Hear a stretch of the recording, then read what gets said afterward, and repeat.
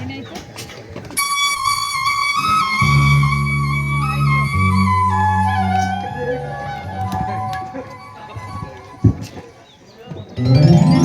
ಬ್ರಹ್ಮಾದಿ ದೇವತೆಗಳೇ, ಮುಗಿತಾ?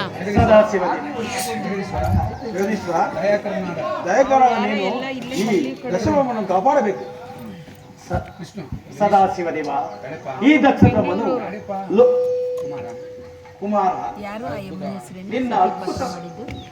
ಪವಿತ್ರ ಮಂಡ್ಯ ಅಂತ.